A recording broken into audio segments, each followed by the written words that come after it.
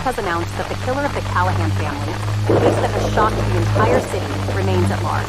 Despite tireless efforts, no substantial information or clues have emerged to point toward a suspect in this horrific crime. The community continues to rally around Mr. Callahan, who lost his wife and infant, while demanding a more thorough investigation from local officials. I moved to this town when I was just a kid, back when my old man landed a job at a bank.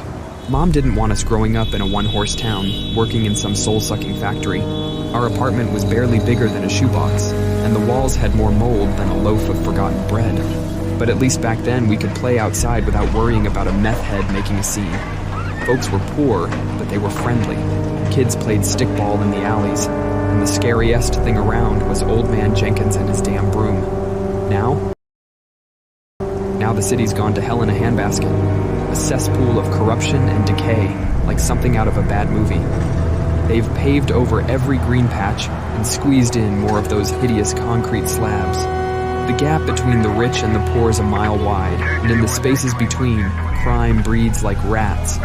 The drug trade's booming, and muggings are more common than pigeons. Someone gets whacked at least once a week, and the cops are up to their necks trying to keep the chaos at bay. This whole story kicked off in late November 2010 when I was deep in the grind, working as a cipher consultant for the Nashville PD. It was my job to read between the lines of chaos and make sense of a city that was spiraling out of control. Back then, crime in Nashville was hitting its peak, like some kind of sick crescendo. The city was a powder keg, ready to blow, and I was smack in the middle, watching the fireworks. In that chaos, it was easy to miss the whispers of something darker lurking beneath the surface.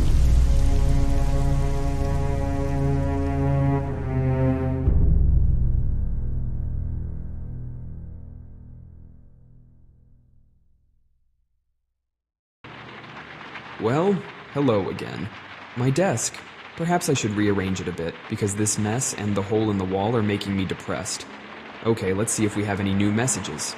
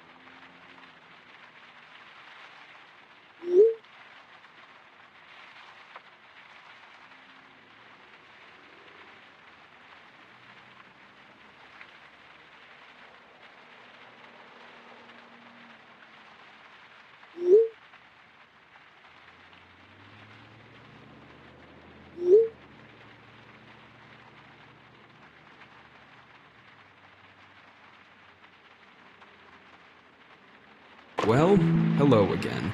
My desk. Perhaps I should rearrange it a bit, because this mess and the hole in the wall are making me depressed. Okay, let's see if we have any new messages.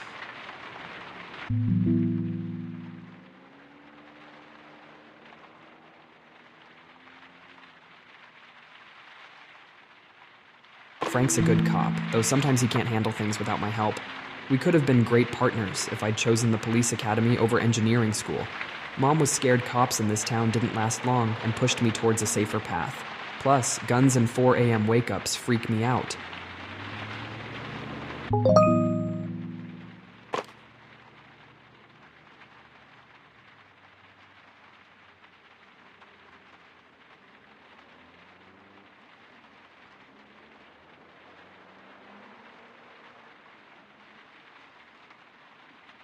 Frank's a good cop, though sometimes he can't handle things without my help. We could have been great partners if I'd chosen the police academy over engineering school. Mom was scared cops in this town didn't last long and pushed me towards a safer path. Plus, guns and 4 a.m. wake-ups freak me out.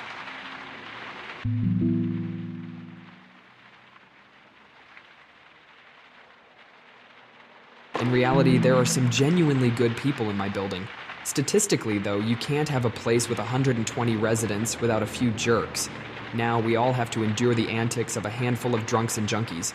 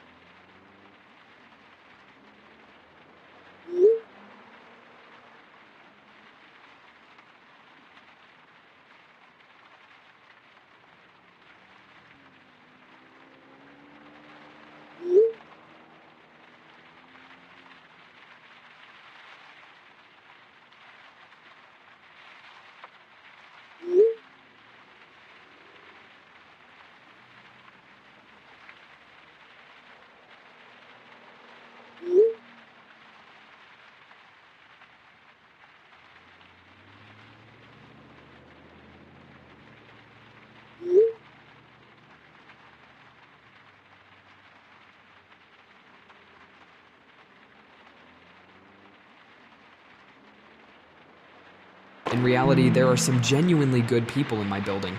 Statistically, though, you can't have a place with 120 residents without a few jerks. Now we all have to endure the antics of a handful of drunks and junkies.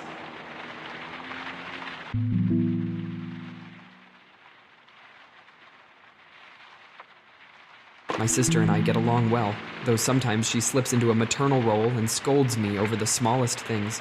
It amuses me sometimes. She grew up faster and tries to be the responsible one. She's better at it than I am, to be honest.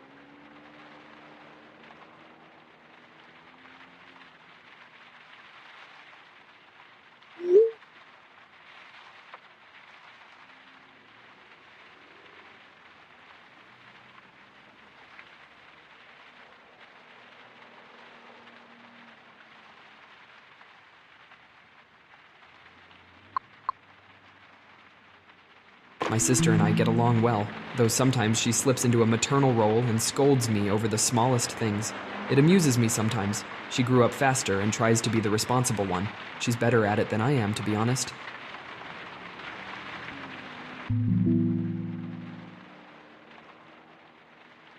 Doubt that this is the Kearns drug cartel.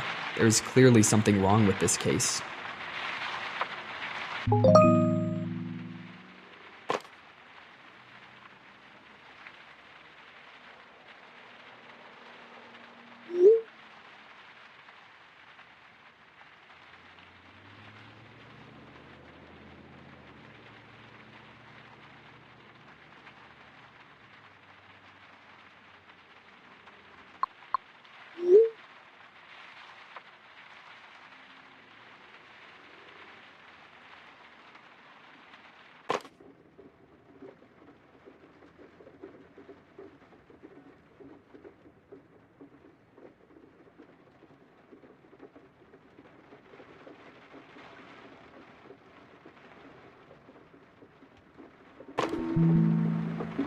The weather in the city will remain cold and wet this week. The whole day will be cloudy, with heavy rains expected in the morning, followed by thunderstorms and strong winds in the evening.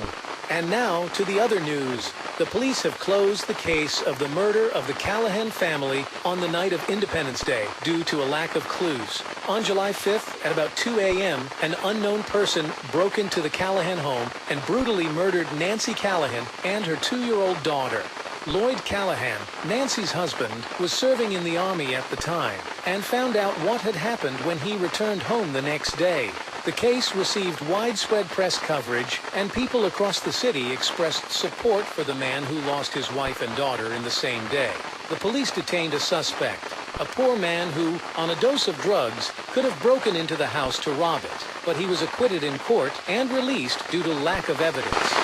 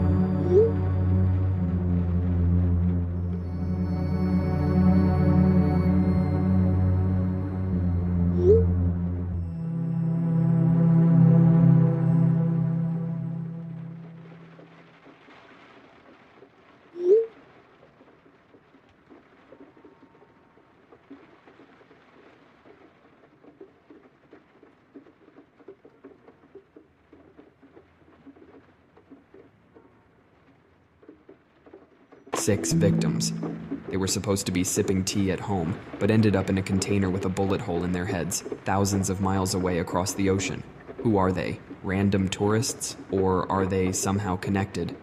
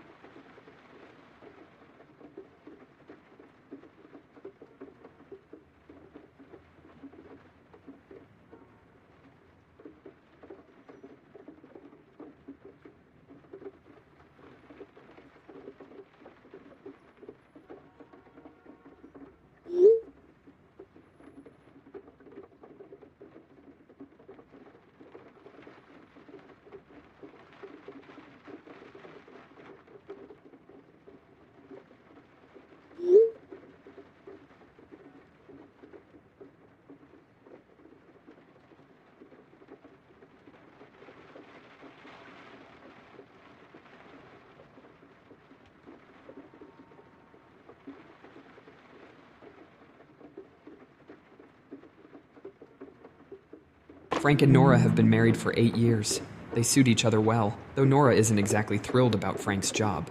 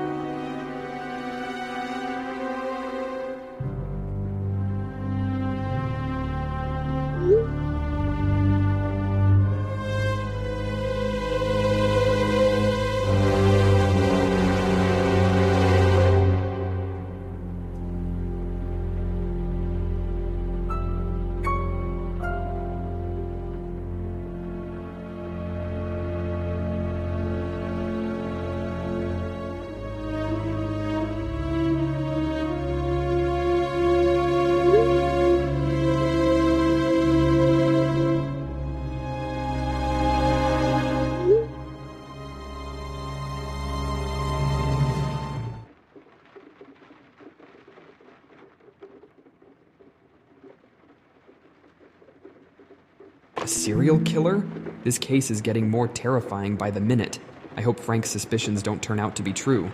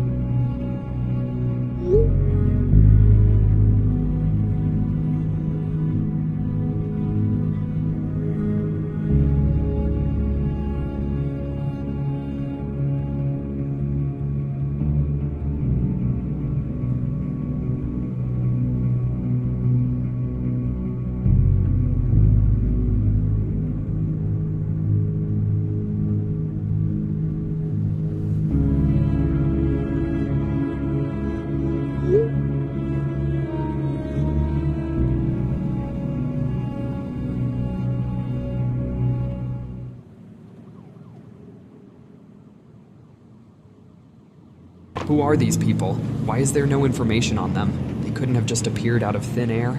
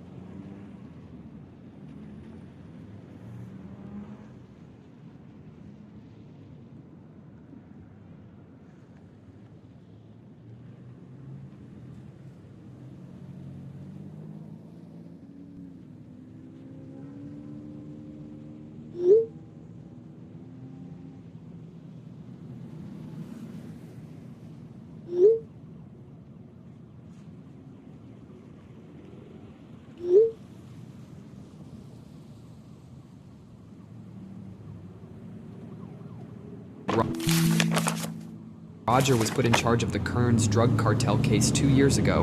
In that time, he's caught him numerous times, but that bastard has enough connections to always get away. The cartel and its members often use encryption for their major deals, so they brought me in to help. At first I hesitated because working in the vice department is a constant headache. Plus, there's always the risk of ending up in a garbage bag at the bottom of a river. But Roger convinced me, and now we're working together.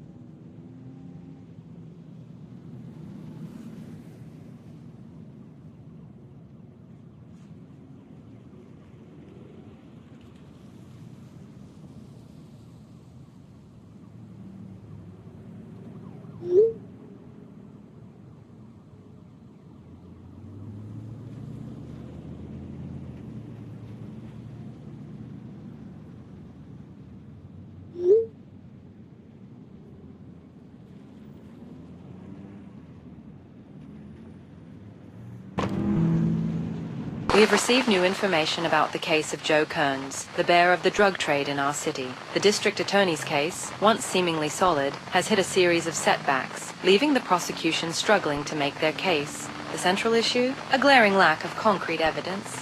The trial has seen multiple postponements as the prosecution grapples with their diminishing case. Just before the trial began, the name of the secret informant was leaked to the press, putting Melanie Brown's safety in jeopardy. Fearing for her life, it's hardly surprising that she chose to vanish, leaving behind a courtroom filled with uncertainty and speculation about her fate.